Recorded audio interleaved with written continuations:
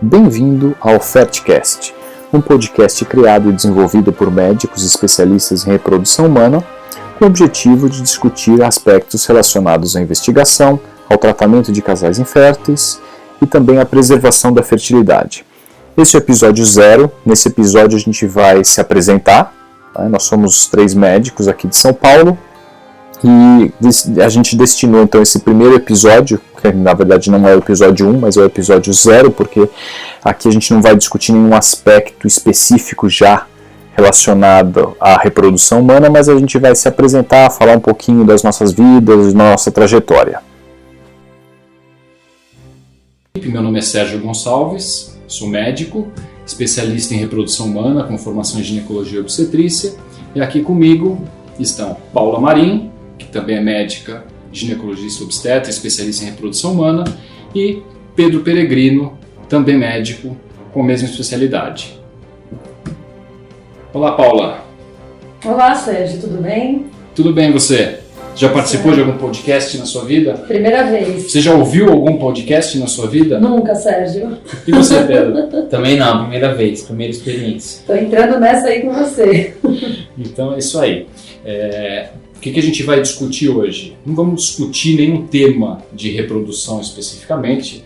Antes de a gente começar a entrar nessa discussão de reprodução, sempre existe aquela curiosidade. Quem que está falando? Quem são esses médicos? De onde eles vêm? Né? Então vamos falar um pouquinho sobre cada um de nós. Vamos começar pelo Pedro. O Pedro adora falar. Bom, já ansioso aqui. Eu sou médico formado pela Universidade de São Paulo, pela Faculdade de Medicina da Universidade de São Paulo.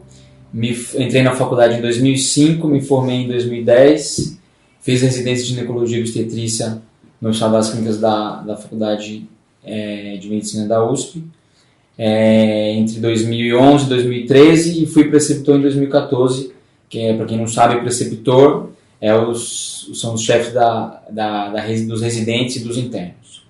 E depois me especializei em reprodução humana, e estou atuando na área desde 2015, mais ou menos. Então, eu, Paula, também sou formada pela USP, Universidade de São Paulo, em Medicina. Terminei a faculdade em 2007, fiz residência de ginecologia e obstetrícia também na USP, no Hospital das Clínicas. Finalizei em 2010, saindo de lá, fiz um fellow de 1 ano na Yale University, um Research Fellowship, na área também de fertilidade. Depois disso também fiz um master, um estágio de reprodução na Espanha, no IVE, em Valência. Depois retornei em 2012 e desde então trabalho na área. Além disso, também posso falar sobre a vida, além de medicina. Mas antes até disso, por que medicina, hein, Paula? Ih, Sérgio. Não sei, Sérgio, até hoje eu não sei direito. Eu gosto do que eu faço, não sei como eu caí nessa. Você sempre quis fazer medicina? Sempre. Desde fui uma nerd, desde criança. Sempre gostei de desafio. Não, nada, nem formados meus pais são. Mas sempre gostei de desafio. E por que idade você resolveu, quero ser médica? Você achava bonito? Não, eu achava difícil, eu gostava, eu queria uma coisa difícil. Você gosta de desafios? Adoro. E aí, medicina me parecia difícil naquele momento. E aí pôs isso na cabeça? Isso, e fui. Aí foi. Era nerd, né? Então deu certo. Deixou de ser? O que você acha? Você, Pedro? Eu sempre quis fazer medicina. Meu pai é médico, meu pai é neurologista clínico, e durante toda a minha infância e minha adolescência eu nunca tive muita dúvida. Quando eu fui prestar vestibular, nunca tive dúvida entre medicina e qualquer outra coisa. Porque eu sempre vivi medicina, eu gostava de ir no consultório do meu pai, eu gostava de acompanhar ele nas visitas. Sempre tive, amigos deles, médicos em volta, não sei. E aí eu saí de Uberlândia, vim pra cá estudar, para prestar vestibular. Você não nasceu em Uberlândia? Não, eu sou baiano, nasci em Ilhéus, sul da Bahia. E Você é de Ilhéus? Nem eu sabia isso. Sim. Logo cedo me mudei para Uberlândia, que é um triângulo mineiro. Passei minha adolescência lá, me formei o colégio lá e vim pra cá pra fazer cursinho. E no começo eu era meio nerd, meio louco, só prestava vestibular na USP. Passei uma vez em Ribeirão, não fui, passei 2 vezes antes da casa, não fui, a Paulista nem prestava. E aí no último ano passei tudo em tudo e fui chamado para fazer faculdade na USP. E você, Sérgio? Você perguntou da gente aí? Achei interessante, a maior parte dos colegas médicos que eu conheço, sempre quiseram fazer medicina e sempre gostaram. Eu nunca quis fazer medicina, nunca, assim. Quando eu era criança, entrava no hospital, eu sou um pouco mais velho que vocês, então, o hospital para mim era cheiro de éter. Entrava aquele cheiro, gente doente, eu nunca quis fazer medicina. Eu acho que acabei fazendo mais porque durante o colégio eu gostava bastante de biologia, gostava de exatas, enfim, e acho que eu pendia mais para biologia e de repente chegava na época no terceiro colegial e chegava um momento que o colégio acabava, eu falava, e agora? Aí a gente tinha que comprar um manual da FUVEST e agora acabou, não tem quarto colegial, eu preciso prestar o vestibular para alguma coisa. E foi meio assim, o que eu vou prestar? Dentro da biologia eu achava que a medicina poderia ter muitos campos diferentes de trabalho, foi por isso que eu prestei, nunca quis ser médico, tratar de doente, nunca foi assim uma vocação desde criança, pensar em ser médico, médicos na família. Eu tenho um tio neurocirurgião, mas nunca me influenciou nada na decisão, né? Aí acabei prestando medicina, que eu acho até que é uma época da vida muito cedo que a gente tem que escolher, né? Como você vai escolher a sua especialidade com 17 anos? 17 anos você tem que escolher lá qual vai ser a sua profissão, que carreira você vai seguir. Você mal conhece as carreiras, as profissões, a gente tem que escolher. E aí acabei prestando a FUVEST, bem assim, tranquilo, presto medicina, mas na minha cabeça eu ia prestar medicina, não ia passar, ia fazer um ano de cursinho para decidir. Tenho um primo da minha idade, estava indo fazer intercâmbio nos Estados Unidos, era uma coisa que eu queria fazer também, não estava muito animado para entrar para fazer faculdade. E aí, na época, tinha a primeira fase da FUVEST, eu lembro que eu fiz exatamente a nota de corte para medicina. Se eu errasse um teste a mais, eu não teria passado para a segunda fase. Aí fui para a segunda fase, eu até brincava com meus pais. Pode esquecer. E aí, como foi? Pode esquecer, porque dos que passaram para a segunda fase eu sou o mais burro, porque eu fiz a nota de corte. Ninguém foi pior que eu na primeira fase. Eu também para a segunda fase. E aí fui para a segunda fase. Também não prestei um monte de vestibular, prestei USP, Unicamp, quase não fui fazer a segunda fase da Unicamp. E acabei passando. E aí, quando você passa na medicina da USP, você vai fazer medicina da USP, que é um dos vestibulares mais concorridos, entrei, fui fazer. E aí, segui nisso, né? E aqui está. E aí, depois dentro da medicina, né? Porque, a gente entra na faculdade de medicina, que as pessoas não imaginam como que seja, você acha que você vai começar a estudar pacientes e medicamentos. A gente entra, estuda um monte de matérias completamente básicas, né? Então, estuda biofísica, histologia, tinha toda aquela parte de bioquímica, e até que a gente chega a ter algum contato com o paciente somente no terceiro ou quarto ano. E aí, o que fazer de especialidade? É outra coisa que também a gente tem que decidir logo, porque como você percebe, já está começando o quinto ano, que é a fase de internato, daqui a pouco vai como se fosse um outro vestibular, que é quando a gente decide a especialidade, e você tem que escolher novamente que especialidade fazer. Né? GO, você sempre quis fazer GO, Pedro? Eu decidi fazer GO no quarto ano. Na verdade, eu pulei essa fase, porque eu entrei na faculdade mais tarde. Então, eu entrei na faculdade mais maduro. Eu não entrei com 17 anos, eu tinha 23 para 24. E eu peguei essa diferença. Tinha um colega meu com 17 anos e adolescente, né? 17 anos para 24. Os moleques todos adolescentes. Então, quando eu decidi fazer residência, então já era mais maduro. Eu gostava de GO porque era uma especialidade clínica e cirúrgica, eu gostava de operar. E aí eu comecei a fazer a liga do pré-natal. E aí gostei. No quinto para sexto ano eu ainda dei uma baqueada, quase eu prestei neurologia. Por causa do meu pai, talvez eu voltasse para a minha cidade. Mas eu acabei não fazendo e fiz GO e passei. Você também decidiu GO no final?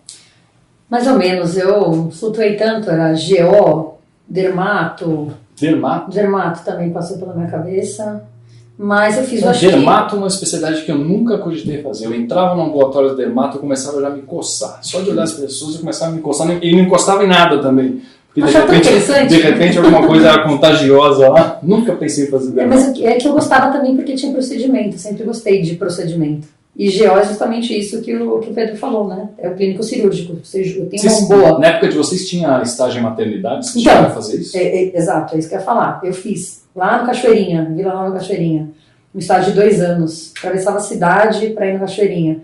Quando eu decidi, na verdade, quando eu fui pro Cachoeirinha, eu não sabia ainda se eu queria GO, mas eu usei o Cachoeirinha como uma forma de saber se eu ia gostar ou não.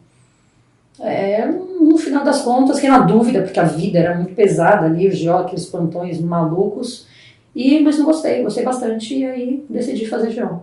E sempre gostei da área de reprodução. Então, acho que quando eu fui fazer GO, sempre passou pela minha cabeça a reprodução como uma das primeiras a opções. obstetrícia, né, que acaba sendo o nosso primeiro contato com essa parte de nascimento, tudo envolve a reprodução. Né?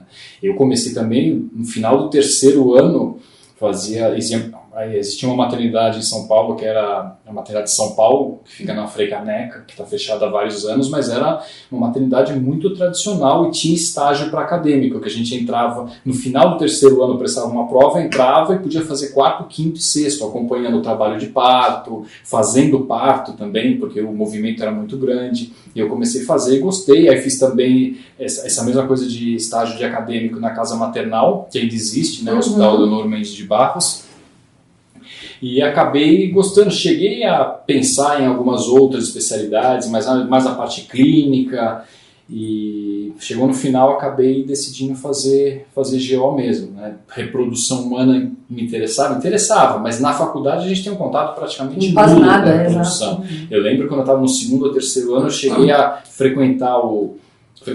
fazer algumas visitas ao setor de reprodução lá do Hospital das Clínicas e ver os controles de ovulação, procedimento de inseminação. Aquilo me interessou muito, mas a gente não tinha muito acesso a isso, né, na época. E também quando eu fui decidir o que fazer de especialidade, acabei optando por fazer GO, né, embora a gente saiba que não é uma especialidade fácil, demanda muitas horas de trabalho. Quem foca e faz muito obstetrícia, faz parto, não tem horário para nada. Isso foi uma coisa que acabou também pesando nessa decisão de especialidade, né? O que você vai fazer? Você vai fazer mais a parte de ginecologia, a parte de obstetrícia, a parte de reprodução, embora a gente trabalhe bastante, inclusive de finais de semana e tudo, tem menos essa questão da imprevisibilidade que existe para pessoas que fazem a parte de obstetrícia, que eu acho fantástico a obstetrícia, mas realmente no dia a dia não é nada fácil, não.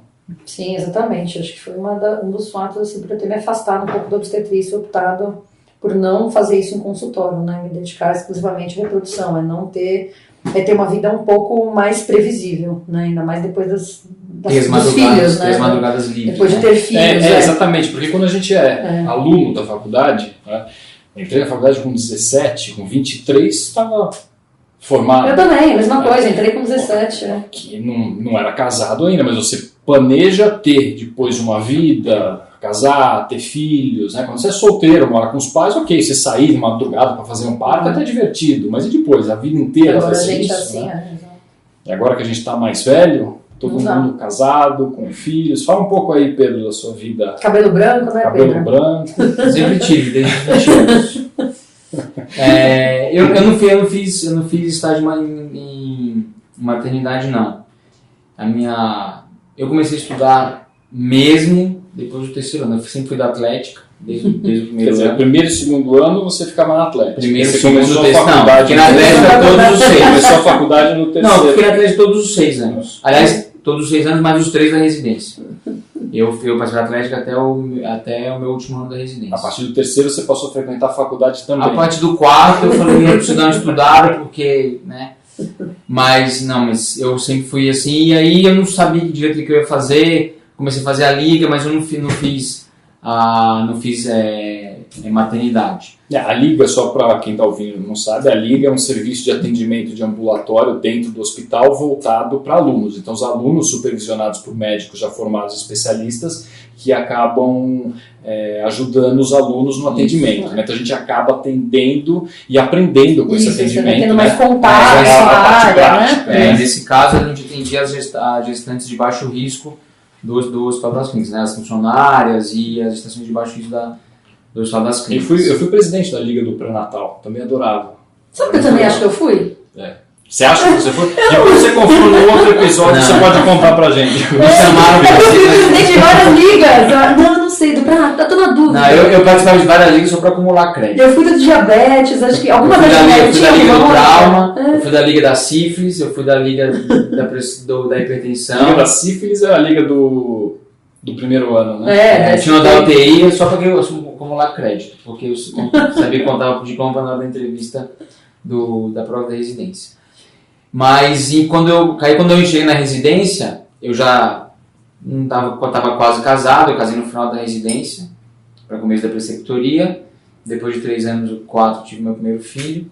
Mas é muito isso, o obstetrícia ele consome muito, você tem que ter uma equipe maior, você tem que ter uma disponibilidade maior. Eu ainda faço um pouco de obstetrícia, mas não é o foco. E a qualidade de vida para quem faz isso só da vida é um pouco complicado, assim, para você viver o dia a dia, as madrugadas, enfrentar os trabalhos de parto, essas coisas todas. E reprodução humana eu decidi no final da residência. No final da residência eu quase fiz a especialização em videolaparoscopia, mas aí depois eu desisti, apareceram oportunidades e eu acabei indo para reprodução humana. E não me arrependo não, é uma coisa que eu gosto de fazer. É relativamente mais tranquilo do que a obstetrícia em relação Acho que à não é carga muito horária. tranquila, que a obstetrícia acaba sendo tão puxado e consome tanto que de repente dá a impressão que você sair num domingo de manhã para aspirar uns ovos ou transferir uns embriões é uma coisa tranquila. Mas é que né? foi planejado pessoas, também, essa foi é a planejado. diferença. Foi planejado. Isso que eu sempre falo, foi planejado. Você sabe tem aqui como uma você vai agenda, ter. Porque as isso. pessoas, às vezes pacientes falam, né? Nossa, mas vocês trabalham também de domingo, sábado, mas Sim, vai ter trabalhamos gente que de fala. dia. Sim, porque se a paciente está ovulando, a gente precisa aspirar óvulo, tem embrião na incubadora que a gente precisa transferir, então tem sábado, tem domingo, mas a gente consegue se programar. Então, por exemplo, se a gente programa uma viagem e a gente já sabe que a gente vai sair de férias, a gente não começa ciclos de tratamento, a gente espera o próximo mês, né? Falo para as pacientes, estou de férias, né? Não gosto daquilo que alguns colegas, infelizmente, ainda usam e falam, estarei num congresso, porque dá a impressão que médico não pode tirar férias. Né? Vou para o congresso, o médico está no congresso. Mas como? Vou tirar férias? Sim, estou de férias. Né? Vou sair com a família, com a minha esposa, com os meus filhos. Né? Então a gente sai e programa para o ciclo seguinte, não tem nenhum problema. Né? Isso é uma coisa bem diferente da parte de obstetrícia com parto, porque parto não tem jeito. Né? Eu conheço obstetras que ficam 5, 6 anos sem tirar férias, né? Porque sempre tem parto para acontecer e ele não pode deixar uma paciente sem ninguém no lugar. Isso é realmente uma coisa complicada, né, na parte da obstetrícia. E agora aquela pergunta, né? Esse podcast vai ser sobre reprodução humana e nós 3 médicos especialistas em reprodução, nós temos nossos filhos, né? Eu tenho 2 filhos, o Pedro tem um já com a segunda a caminho, a Paula por enquanto está com 3 filhas. Se nada de novo acontecer. Por enquanto está com 3. E eu costumo dizer que eu só passei a entender a minha especialidade, o que era a reprodução humana, a partir do momento que eu tive meu filho. Porque até então é uma coisa teórica, casal infértil, eles querem ter filhos, mas o que representa aquilo? O que eles estão buscando? Uma coisa é você ter essa ideia, né, só no campo teórico, e a outra é quando nasce o seu filho, o que muda e a forma que você passa a ver o mundo e entender o que esses casais estão buscando, coisa que provavelmente nem eles sabem direito. Né? O que mudou na sua vida, Paula, depois que nasceu sua primeira filha? Tudo. Absolutamente tudo. Com certeza, resumindo, me transformei, acredito eu, numa pessoa melhor. Meu marido fala que não, fiquei mais chata, mas eu acho que eu me transformei numa pessoa melhor. Mas a vida muda completamente, né? Seu foco, enfim, é aquilo que todo mundo fala, né? Você tem colocar outro ser em primeiro lugar, né? Esquecer completamente. Muda, né? Muda completamente. O foco da vida, aquilo, né? que você achava que era importante, que você fala, isso é uma coisa importante, você descobre que essas coisas não são importantes. Exato, você descobre exatamente. o que realmente é importante na vida, né? E o amor nunca antes sentido, né? Aquela coisa... É uma coisa que você não pode um imaginar, não sentimento tem como nunca você antes, imaginar, você pode só viver isso, você não tem como imaginar. E a sua forma de ver o mundo modifica completamente, coisas que para você via de uma forma, às vezes até banal, quando você tem um filho, você olha, assim, veja uma criança doente depois que você tem um filho. Isso, exato. Né? Vamos dizer assim, bom, vocês me conhecem, sou uma pessoa bastante prática, objetiva, às vezes até, né, dura. Mas depois que eu tive minha primeira filha, eu acho que eu comecei a ver o mundo com um olhar um pouco mais doce. Eu acho que, se é que é possível, né? Assim, acho que é isso que aconteceu. Depois tudo mudou, assim. As coisas que você valoriza, né, no mundo, aquilo que você achava que isso não é perigoso, tanto faz, fala, não, eu tenho um filho agora. Né? Exato. Não sou mais só eu, sou eu e minha esposa. Tem meu filho, a sua forma de se comportar, principalmente quando o seu filho começa a crescer. Por quê? Porque seu filho te observa o tempo inteiro. Você é um exemplo, ele não está aprendendo só com aquilo que você está ensinando, com o que você fala para ele, mas a forma de você agir, tudo que você faz, você está servindo de exemplo para ele. Você sentiu isso, Pedro? Eu acho que, não só na reprodução, assim, eu acho que a maioria dos conselhos que eu dou para os pacientes hoje, tanto as gestantes, quanto as puérperas, quanto as mulheres que querem engravidar, eu dou o conselho baseado no que eu vivi depois que meu filho nasceu. Vendo as dificuldades que minha esposa passou, que as mulheres passam, que eu só fui ter ideia na pele, que mulher não é que sofre, mas que passa uma dificuldade depois que o bebê nasce, o homem também, claro, mas você começa a aprender essas coisas porque você vive dentro da sua casa. Antigamente era só na teoria, igual você falou. A gente via nos livros, a gente orientava, mas a maioria dos conselhos que eu dou hoje em relação a tudo foram situações que eu passei. E claro que o mundo muda, né? Você falou esse negócio de saber o que é perigoso, eu dou um exemplo que eu sempre tive vontade de pular de paraquedas, sempre. Uma vez eu quase pulei, minha mãe não gostava, não queria, eu quase pulei e ia mandar o vídeo para ela morrer do coração. Depois que meu filho nasceu, eu desisti. Porque você começa, não, se eu morrer, eu vou largar um filho. Antes, no máximo, se eu largar uma esposa, tudo bem. Mas largar um filho, então você começa a pensar outras coisas que você, sei lá, no dia a dia, que você não dava muito valor, se estava certo, se estava errado. Hoje em dia eu dou muito mais valor, porque ele vê você como exemplo, ele copia o que você faz. Eu acho que o que a Paula falou é verdade, você fica mais, pode parecer que não, mas você fica mais tranquilo em algumas situações. Você dá valor ao tempo que você passa em casa. Né? Então hoje eu dou muito valor em chegar cedo. Eu não sei se é a tua rotina de todo mundo ou não, mas eu gosto de pegar na escola, eu dou valor almoçar com as crianças, chegar, né? Eu fico muito triste quando minha esposa chega em casa, meu filho, eu não tô lá, e ele pergunta onde eu tô, cadê o papai, não sei o quê, e eu dou muito valor a isso. E talvez antes eu não dava. São coisas mínimas. Né? São coisas Aquele mínimas. dia que você leva para a escola, que para você, você passa ali e vai deixar, mas poxa, hoje meu pai conseguiu me trazer para a escola. Exatamente, né? Eu gosto de pegar na sala, gosto de participar, eu não falto nada na escola, eu sempre falei isso e eu cumpro. Eu falto o trabalho, mas na escola eu sempre vou, nas reuniões, nas festas, nas coisas todas, porque eu acho que isso faz muita diferença. Pelo menos meu pai me tratava assim, né? Meu pai sempre falava que depois que o filho nasce, você vive pro filho, tem gente que não concorda muito, mas eu acho que eu acho que se eu não tivesse filho, talvez eu não trabalharia tanto. Não sei se a questão é viver pro filho, que o filho passa a fazer parte, ocupa uma parte uma importância tão grande na sua vida. Exatamente. Você vive a sua vida, mas o seu filho é a sua vida. Não, mas quando eu falo viver, tem coisas que se você não tivesse filho, você não faria. Ou você trabalharia menos, ou sei lá. Ou você trabalharia mais.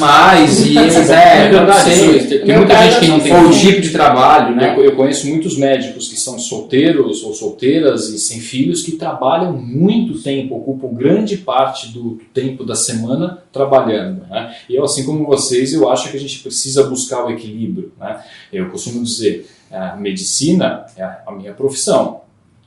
Faz parte da minha vida? Sim, faz parte da minha vida, mas a minha vida é a minha vida com a minha esposa, meus filhos, isso é a minha vida, eu tenho a minha profissão também. E não o contrário, eu vivo só a minha profissão e quando sobra um tempinho livre eu vou para casa e eu tenho uma família. Eu acho que esse tipo de reflexão é importante, inclusive, para quem está ouvindo, não tem filhos, está tentando, buscando tratamentos para engravidar, refletir sobre isso, né? O que representa ter filhos, por que a pessoa quer ter filhos, isso é uma coisa que muitas vezes eu pergunto para o casal em consulta, porque às vezes a gente descobre que o casal está ali porque parece que existe mais uma pressão social, porque eles têm amigos, têm pessoas da mesma faixa etária, e todo mundo tem filhos, e eles casaram e de repente a gravidez não está acontecendo, mas quando você começa a conversar, você descobre que nem é uma vontade tão grande assim. Então você precisa ser muito bem pensado, muito bem refletido, né, antes de você decidir, eu quero ter filho, porque assim, ter filho é maravilhoso, né, mas modifica a sua vida, você deixa de fazer coisas que você fazia antes, você tinha uma liberdade para fazer antes, e você acaba não tendo mais. Por quê? Porque você tem ali crianças em casa e elas são prioridade,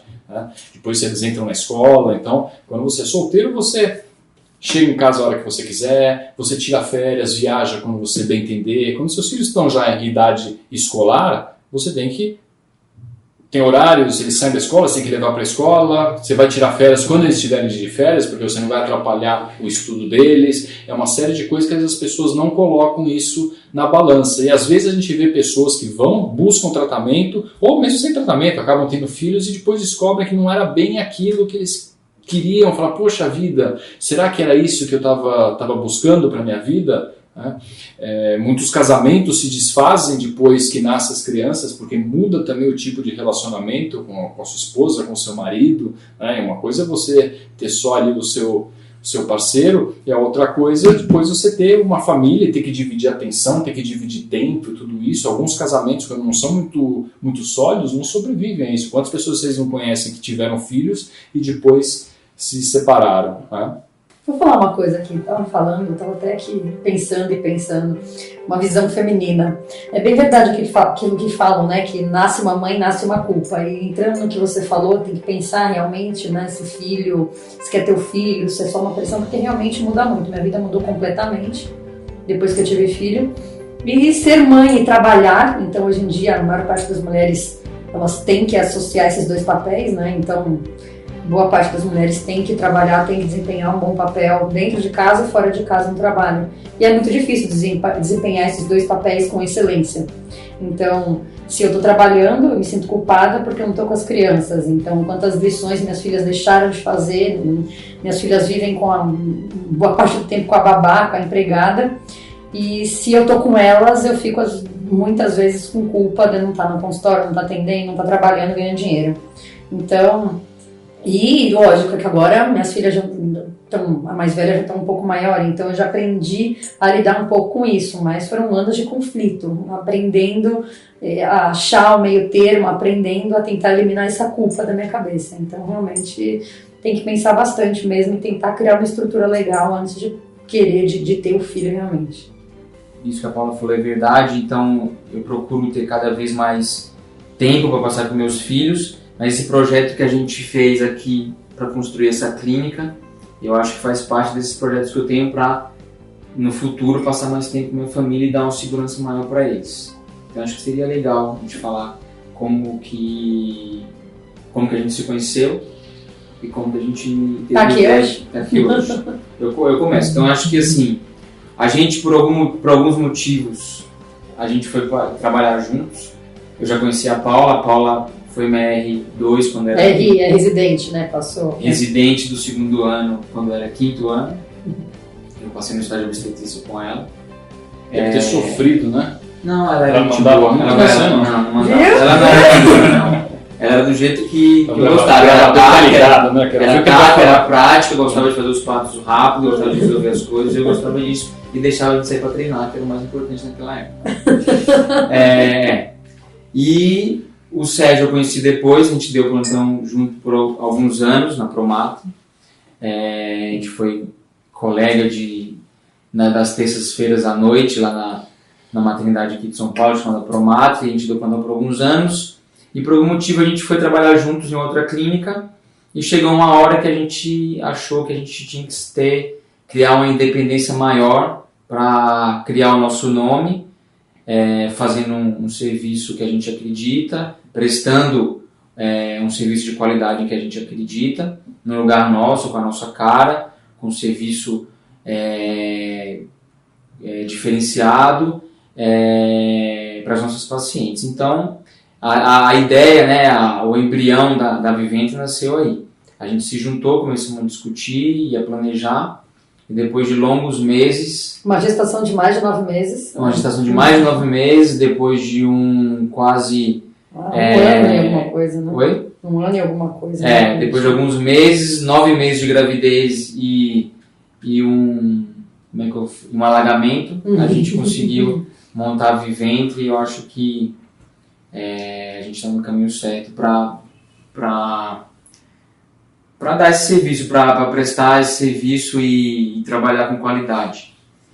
Bom, e hoje então a gente está aqui, né, começando esse projeto do podcast, né, sobre reprodução humana, que a gente vai abordar, como eu disse no começo, vários assuntos, sempre envolvendo reprodução humana. Mesmo hoje na nossa apresentação a gente falou um pouco sobre a nossa vivência na reprodução humana dentro das nossas famílias, né? Sempre a gente vai voltar a falar de família, de coisas sobre nossa vida pessoal, porque assim é difícil a gente dissociar completamente, né, nosso trabalho daquilo que a gente vive no dia a dia, e isso acho que é uma coisa interessante nesse formato de podcast, que me agrada muito o fato de a gente poder conversar, né, sobre isso, e não só sobre vídeos informativos, que são legais também. Eventualmente a gente até faz alguns vídeos desse, tem muitos médicos que fazem, são vídeos cheio de informações, mas são muito menos pessoais, eles são mais impessoais, mais técnicos. Eu acho que esse aqui é um outro formato. O podcast é uma coisa que deve ser gostosa de gravar, de fazer, como essa conversa que a gente está tendo aqui, e tem que ser gostoso de ouvir também, porque quem está ouvindo, tem alguns podcasts que às vezes a gente ouve, são chatos, ficam sempre no mesmo assunto, ou demoram para começar a desenvolver algum assunto interessante. Realmente nosso objetivo não é esse, né? A gente vai começar hoje, por que a gente chama de podcast episódio 0? Porque a gente não escolheu, na verdade, nenhum tema relativo ao tratamento, à reprodução humana de uma forma, mais uma abordagem médica, é mais um episódio inicial para a apresentação, né? A gente gostou de fazer, espero que vocês estejam ouvindo, tenham gostado de ouvir, e mais para frente, acredito que nesse momento já tem até alguns outros episódios aí, que quando a gente for colocar no ar, a gente pretende já colocar alguns episódios também. A ideia não é fazer intervalos muito longos, porque quem gosta de ouvir podcast tem que ter uma certa periodicidade, porque senão acaba desanimando, né? Então a gente tem a ideia realmente de fazer gravações seriadas. E é isso, acho que a gente vai ficar por aqui, né? Foi legal conversar, assim, espero que vocês tenham gostado também, vocês nunca tinham gravado podcast. O que você achou, Pedro? Eu achei ótimo. Vou chegar em casa e ouvir. Exatamente. É isso aí. Então, ficamos por aqui hoje. Da próxima vez falaremos sobre um outro assunto, que nesse exato momento a gente não decidiu ainda, mas até a próxima. Fica um abraço para todos, até a próxima.